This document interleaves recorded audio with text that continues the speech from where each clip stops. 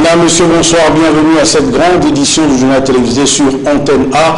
En ce dimanche, nous recevons pour vous Rebecca Boulaïma, musicienne chrétienne, elle fait du gospel, donc avec elle nous allons nous entretenir sur ses activités. Ça fait 10 ans qu'elle a quitté le pays, elle est revenue avec dans sa gilbessière un nouvel opus. Bonsoir Rebecca Boulaïma. Bonsoir. Merci d'avoir répondu à notre invitation. Merci. Nous n'en sommes pas encore là. D'abord, l'actualité, comme vous le savez, depuis 2 jours, la République démocratique du Congo a un nouveau Premier ministre. Il s'agit de Bruno Tshibala Nzenze. Il a été nommé le 7 avril dernier par le chef de l'État, Joseph Kabila. Il remplace ainsi à ce poste Sami Badibanga, lui aussi un ancien de l'UDPS. Le portrait du nouveau Premier ministre nous est brossé par Patrick Borel-Moukendi. Qui eût cru qu'un seul passage pouvait rapporter le poste du chef du gouvernement? Oui, le président de la République Joseph Kabila a jeté son dévolu sur Bruno Tshibala Nzenze, né en 1955. Le nouveau Premier ministre RD congolais est l'un des pionniers de l'UDPS qui a déjoué tous les pronostics. Compagnon d'élu du leader Maximo Etienne Tshisekedi, il a été secrétaire général adjoint de l'UDPS et porte-parole du Rassemblement des forces politiques et sociales acquises au changement. C'est à l'âge de 25 ans que Bruno Tshibala a embrassé la carrière politique alors qu'il était encore étudiant. Toujours opposant au régime de feu président Joseph Désiré Mobutu, raison pour laquelle il intégra le parti de la défense des idées de gauche sous l'encadrement de ses aînés, à savoir Ngalula, Kibasa Maliba, Mankanda et d'autres qui ont rédigé la lettre de 13 parlementaires. Comme dans un film, Bruno Tshibala est passé de la prison à la primature. Accusé d'être à la base des manifestations du 19 et 20 septembre qui a causé des pertes en vie humaine, Tshibala a passé quelques mois dans la geôle du CPRK avant d'être libéré en novembre. Une libération qui sera suivie de la mort du sphinx délimité Etienne Tshisekedi wa Mulumba. Toujours inséparable de ses lunettes noires, Bruno Tshibala a contesté la restructuration intervenue au sein du Rassemblement à laquelle a nommé Félix Tshisekedi Tshilombo, président de cette méga plateforme, et Pierre Lumbi, président du CNSA. Il a soutenu Joseph Olengankoi en le présentant comme candidat éligible à la tête de cette institution d'appui à la démocratie. Ce mariage scellé, il faut le dire, a enfanté ton premier fils une place prestigieuse de Premier ministre en remplacement de Sami Badibanga, le Kassaïen sortant. Désormais, Bruno Tshibala Nzenze est compté parmi ceux qui ont pu diriger le Congo en tant que chef du gouvernement. La nomination d'un nouveau Premier ministre a été promise par le chef d'État lors de son discours sur l'état de la nation. C'était le 5 avril dernier, mercredi donc.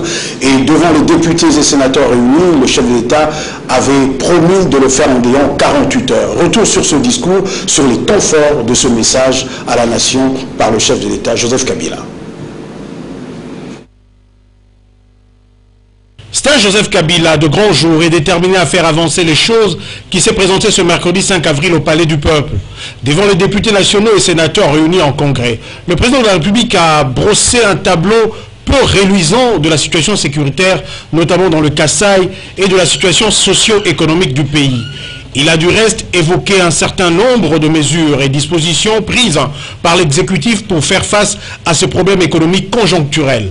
Loin de tout défaitisme, le chef de l'État croit dur comme fer que les choses pourront s'améliorer dans les prochains jours. Les 2 grandes annonces faites par le chef de l'État sont d'ordre sécuritaire et politique. D'abord, en tant que commandant suprême des forces armées et de la police nationale, il vient de signer une série d'ordonnances décrétant le Kasaï comme une zone de combat.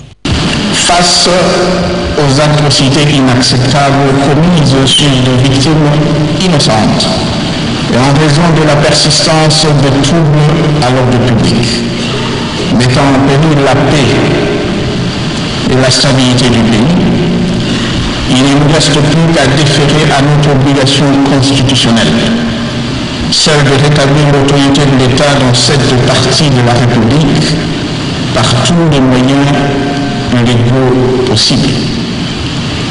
C'est ici le sens des ordonnances que je viens de signer, mettant en place un secteur opérationnel dans le Kasaï.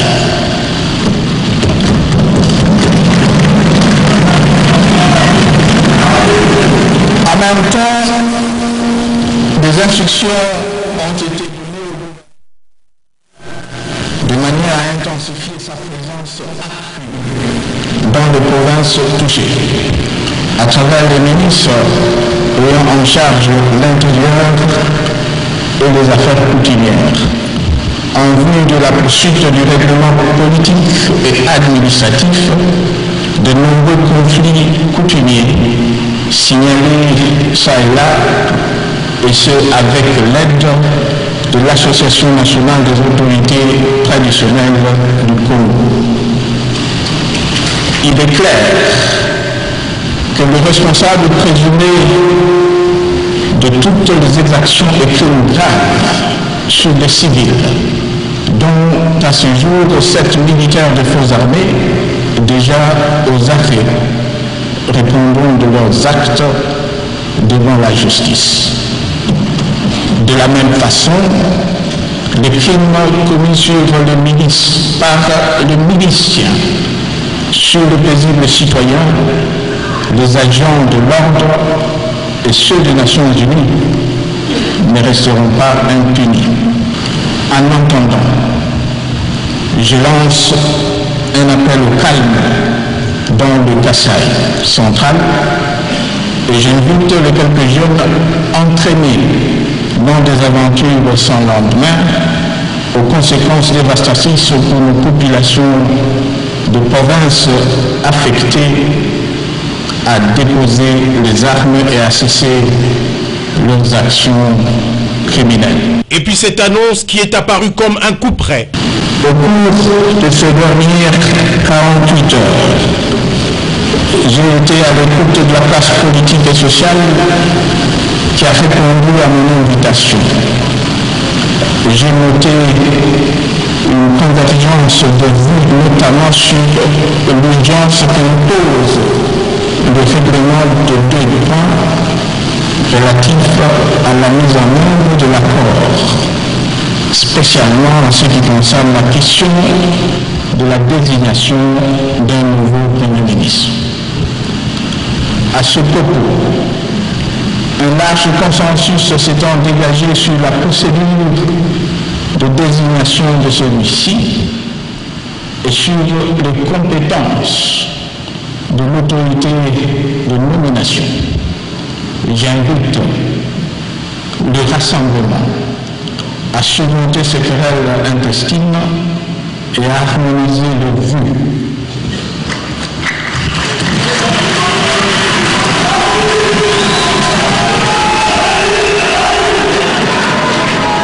Et à harmoniser les vues sur la liste des candidats à Premier ministre ayant le profil requis et convenu comme souhaité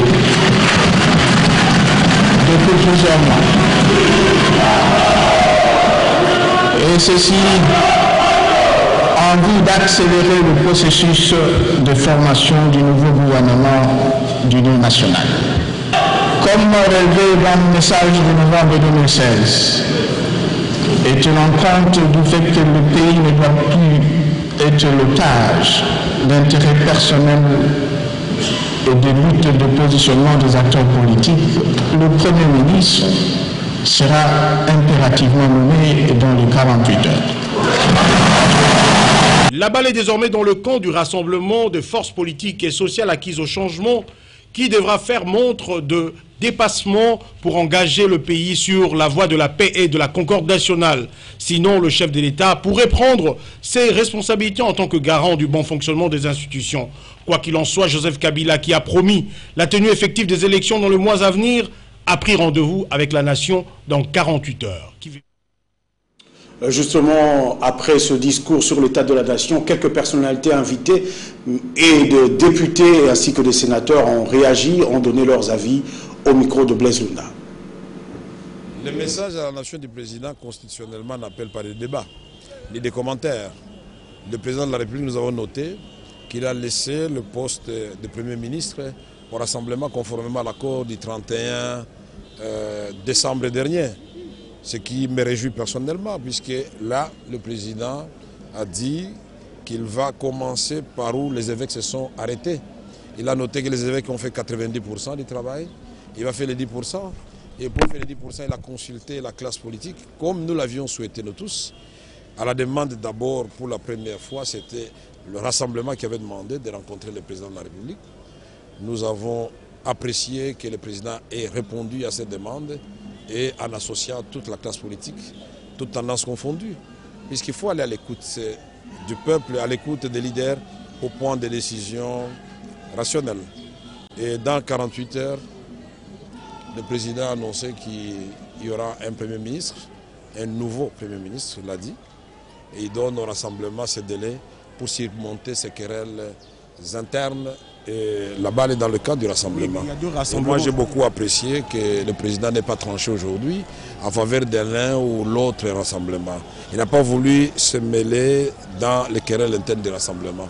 Mais en tant que garant de la nation, de la paix, de la sécurité, du bon fonctionnement des institutions, dans 48, s'ils ne se mettent pas d'accord, il sera obligé de les aider à se mettre d'accord. Sur le plan politique, il a raison de dire que les choses bloquent. Mais ceux qui ont bloqué ces choses, c'est ceux qui sont encore appelés à se réunir. Si pour le Premier ministre, il faut désigner, d'abord, il faut que celui qui est là puisse démissionner. Parce que sur le plan constitutionnel, on ne peut pas démettre un Premier ministre par le discours du chef de l'État. C'est lui qui peut le démettre, c'est l'Assemblée nationale au motif à exposer. Par contre, le chef de l'État, s'il obtient la démission de ces gouvernements-là, et alors à ce moment-là, dans le 24 heures, 48 heures, il peut nommer. Ça, c'est une procédure. Mais nommer quelqu'un qui n'aura pas été présenté par le rassemblement dans l'ensemble. Parce que le chef de l'État dit dans les 48 heures, je nomme. Mais il dit, je demande au rassemblement de casser leur querelle intestine.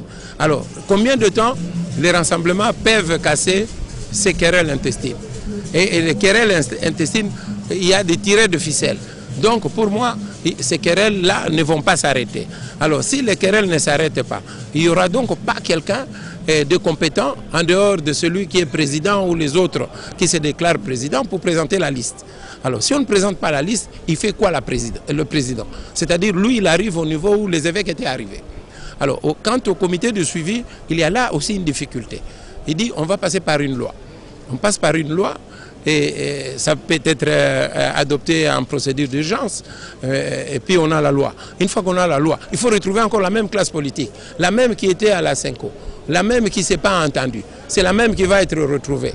Donc voilà que là, moi je vois les jalons de difficultés. À moins que le président d'autorité il nomme, et à ce moment-là, ça risque d'être contesté par d'autres, sachant que c'est le choix du chef de l'État et non le choix des rassemblements. On aura des solutions et puis parce que le pays est bloqué, il fallait que lui, en tant que président de la République, s'assume et qu'il puisse décider. Je crois que ce qu'il a fait, et je le félicite pour ça. C'est depuis 3 mois que la classe politique est à la SEMCO chez les évêques.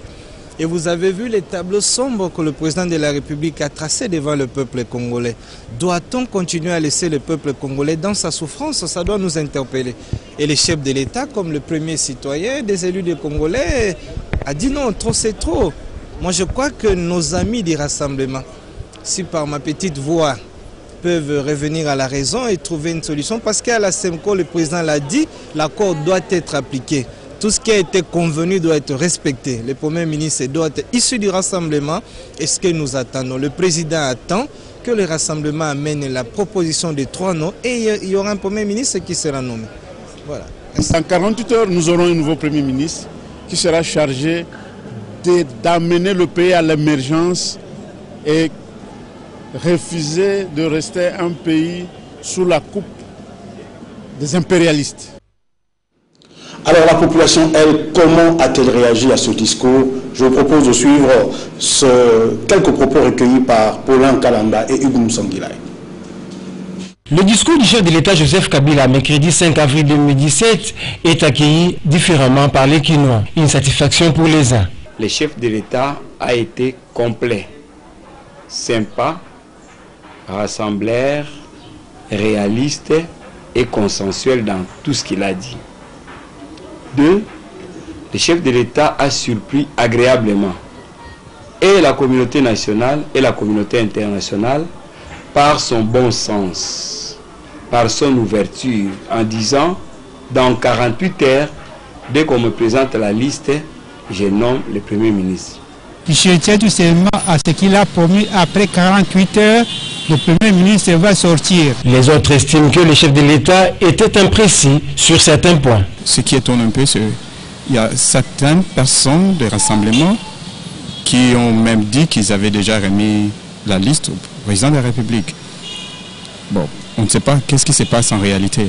En fait, il n'a pas accepté la liste qu'on lui avait donnée et il veut encore une autre liste ou comment, on ne sait pas. La décision qu'il prend de nommer dans 48 heures un Premier ministre, mais qui viendra d'où? Il devait être clair, il n'a pas été clair sur ça. Les querelles sont là, mais s'il demande au rassemblement de s'entendre, ça va prendre encore combien de temps? Parce que maintenant, le rassemblement est divisé, il y a des franges, il y a ceci, il y a cela. Il a dit les élections auront bel et bien lieu. À quelle date, ce n'est pas défini. Et il parle de la nomination du Premier ministre dans 48 heures.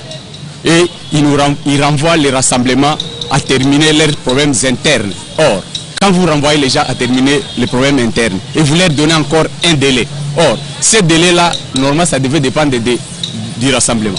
C'est le rassemblement qui pouvait lui proposer les délais. Et il dit qu'il avait rencontré une tranche de l'opposition. Or, il y a une grande partie qui est restée là-bas, ceux qui détiennent le pouvoir du rassemblement. Parce que les représentants, le président du rassemblement est resté de l'autre côté. Alors ça veut dire, tout ce qu'il a dit là, c'est comme si il est tenté de créer le blocage. Les lettres données déjà à la Sénico, il ne fait pas allusion de cette lettre-là. Le peuple avait choisi son Premier ministre. Lui, il ne s'occupe pas de ça. Il veut faire le jeu de la majorité.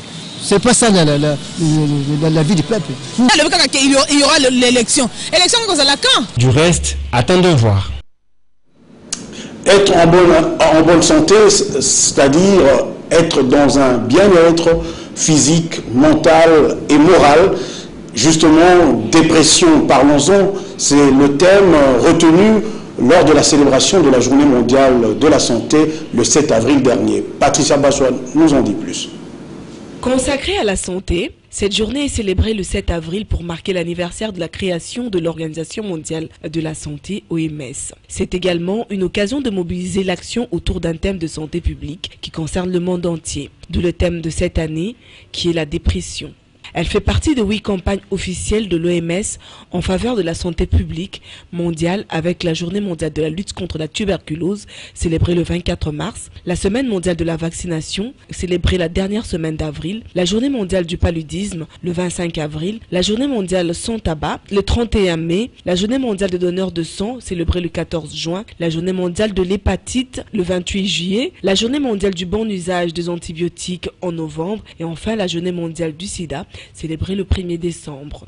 En parlant du thème choisi cette année, la dépression touche les personnes de tous les âges, de tous les horizons et de tous les pays. Elle provoque une détresse morale et a une incidence sur l'aptitude des personnes à effectuer les tâches de la vie quotidienne, avec parfois des conséquences désastreuses sur les relations avec la famille et les amis et sur l'aptitude de personnes touchées à gagner leur vie. Dans les pires des cas, la dépression peut conduire au suicide, lequel représente désormais la deuxième cause de décès chez les 15-29 ans. Toutefois, il est possible de prévenir et de traiter la dépression. Mieux comprendre la dépression, connaître et les moyens de la prévenir, de la guérir, permettra de réduire la stigmatisation associée à cette maladie et d'entourer davantage de personnes à demander de l'aide. Le capital inaliénable le plus précieux étant notre santé, le constat mondial est alarmant car les pays en voie de développement ne bénéficient toujours pas de conditions de vie nécessaires au maintien d'une bonne santé. Les infrastructures sont déficientes et l'accès aux médicaments difficile,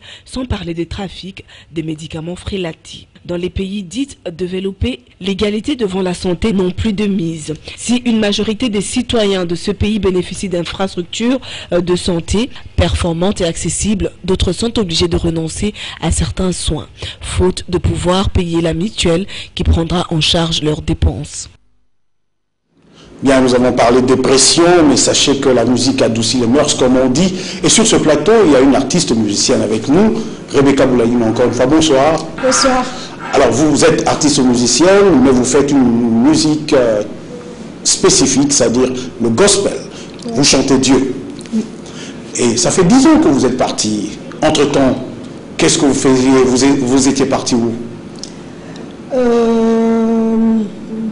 D'abord, je vivais en Chine. Après, je suis présentement à Paris, en France. Donc, et ça fait combien d'années que vous êtes installé à Paris?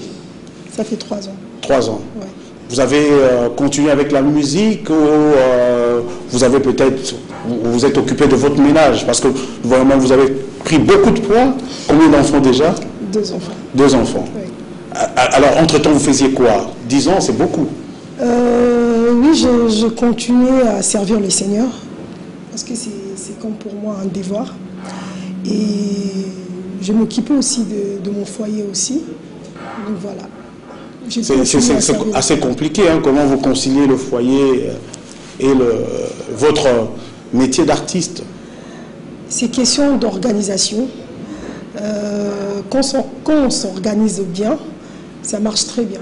Même si vous n'êtes pas artiste, mais quand vous ne savez pas vous organiser dans votre vie, et ça ne marche pas. Donc c'est question d'organisation. Et là, ça marche bien. C'est vrai, c'est difficile. Oui, c'est difficile, mais c'est question d'organisation.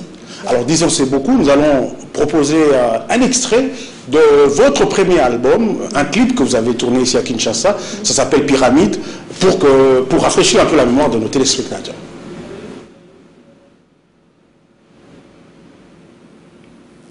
Si la régie est prête, on peut nous proposer ce clip.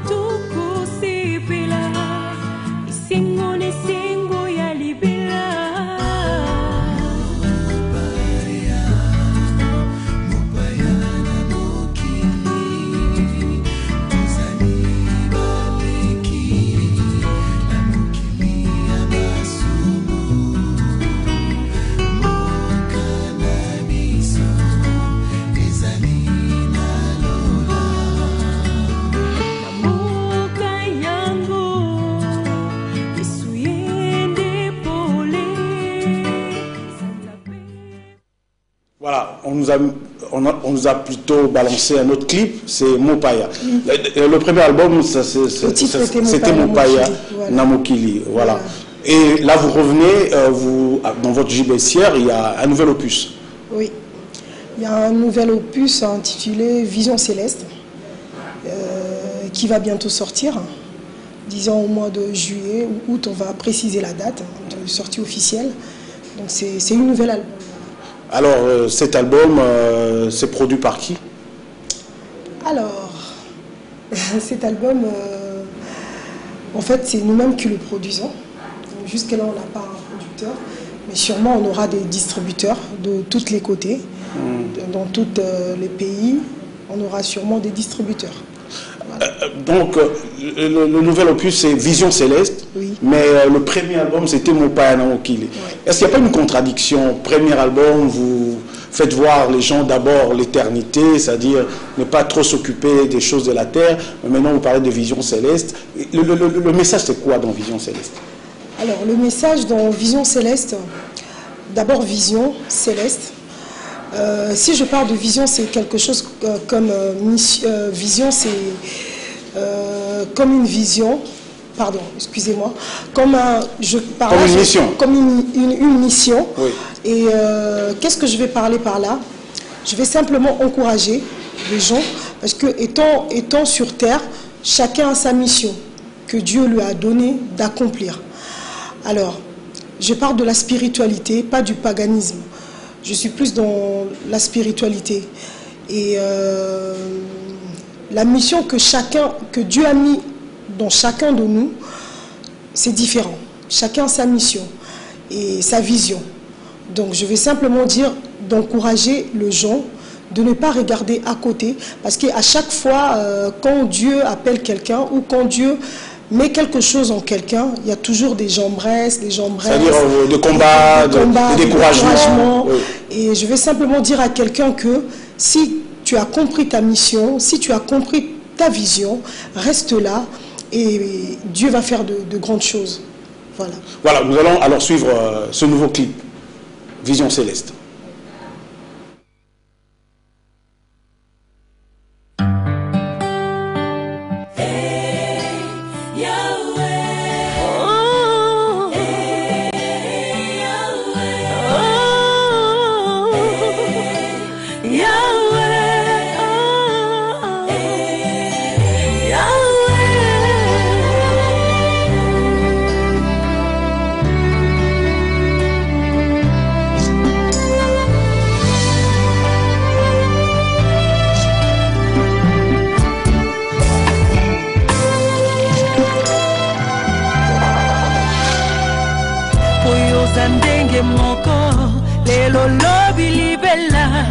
Yozali nzambe yokotikala poyoza ndenge moko lelo lobi libela yozali nzambe yokotikala nzambe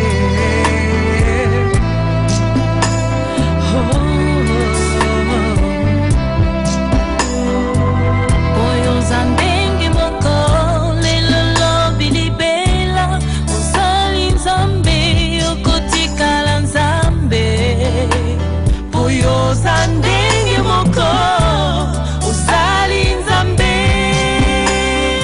monisa yawe oh yawe mimonisa kitari siku yo yawe bisoto mona yo Jéhovah de l'Ancien Testament c'est Jésus dans le Nouveau. Il est le commencement et il est la fin. Voilà, très beau clip. C'est réalisé où c'est? Ici à Kinshasa. Ce clip-là? Oui. Ah d'accord. Alors, vous êtes basé à Paris, mais entre-temps, vous suivez quand même ce qui se passe au pays. Et bon, la musique chrétienne congolaise, elle est un peu partout parce que la diaspora congolaise est un peu partout dans le monde. Comment jugez-vous l'évolution de la musique chrétienne aujourd'hui? Spirituellement, ça évolue bien. Parce que ici dans notre pays, il faut se le dire que nous avons vraiment de vrais adorateurs et de vraies adoratrices. Et notre pays est béni par les dons spirituels aussi. Donc pour moi, ça se passe très bien. Nous suivons la musique. À chaque fois, il y a des nouvelles chansons qui sortent et ça bénit le peuple de Dieu. Ça se passe bien, très bien. Alors, parlons de la musique chrétienne. Vous avez quand même eu vent d'une polémique ces derniers jours autour d'un album de votre confrère, votre frère, le pasteur Moïse Mbié. Vous avez eu vent de cette polémique-là autour d'une chanson où on parle d'un nom, je ne sais pas, Guégué ou quoi. Est-ce que vous pensez que cette polémique a sa raison d'être? Non. Comment jugez-vous ce genre de polémique? Déplacée? Stérile? Stérile. En fait, nous les enfants de Dieu, il faut voir un but, c'est d'adorer le Seigneur. Et je pense que le pasteur Moïse Mbié, je crois que le pasteur Moïse Mbié, que j'aime bien, c'est un vrai adorateur. Et la chanson, je l'ai écoutée, ça m'a beaucoup béni. Il y a des belles paroles dans cette chanson et il y a une force dans cette chanson. Et moi, je pense que le polémique, c'est il faut que les enfants de Dieu oublient toutes ces choses, de se focaliser à la parole de Dieu et de suivre leur vision céleste. Ouais, c'est vrai que nous aussi, nous avons écouté ça et c'est vrai, il dit au nom de Jésus, mais il y en a qui entendent autre chose. Moi, j'ai écouté au nom de Jésus. Bon.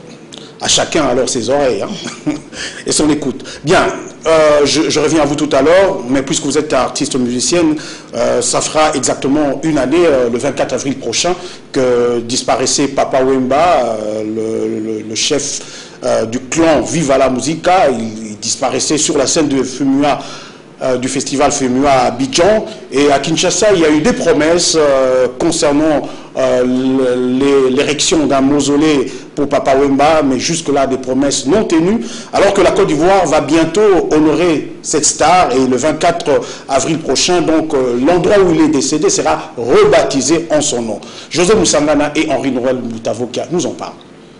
Je me fais le devoir Envoque-nous de remercier son Excellence, Monsieur le Président de la République, pour la mise à disposition d'un site de 1 hectare devant être aménagé par le gouvernement de la République pour accueillir le corps de Papa Wemba. Je confirme également que la ville de Kinshasa y construira un mausolée à l'honneur et à mémoire de notre icône. Promesse fallacieuse ou oubli, en effet, le 24 avril prochain, ce sera exactement une année après la mort de Papa Wemba sur la scène de Femua à Abidjan. Alors qu'à Kinshasa, jusque-là, aucune initiative n'est prise pour honorer la mémoire de cette célébrité de l'art d'Orphée. Bien pire, il s'observe un silence radio tant du côté des musiciens que des officiels qui, du reste, avaient promis d'ériger un monument et un mausolée en hommage au roi de la rumba congolaise. Mais nul n'est prophète chez soi, dit-on, car cette grandeur d'âme lui est reconnue au moins par les autorités ivoiriennes. Cet acte d'humilité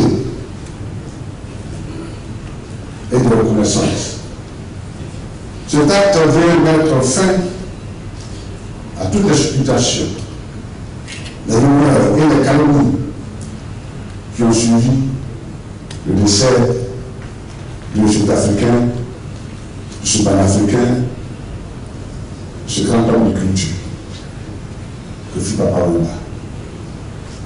Merci maman de nous faire cet hommage et cet honneur. Nous vous sommes reconnaissants de votre reconnaissance à la Côte d'Ivoire.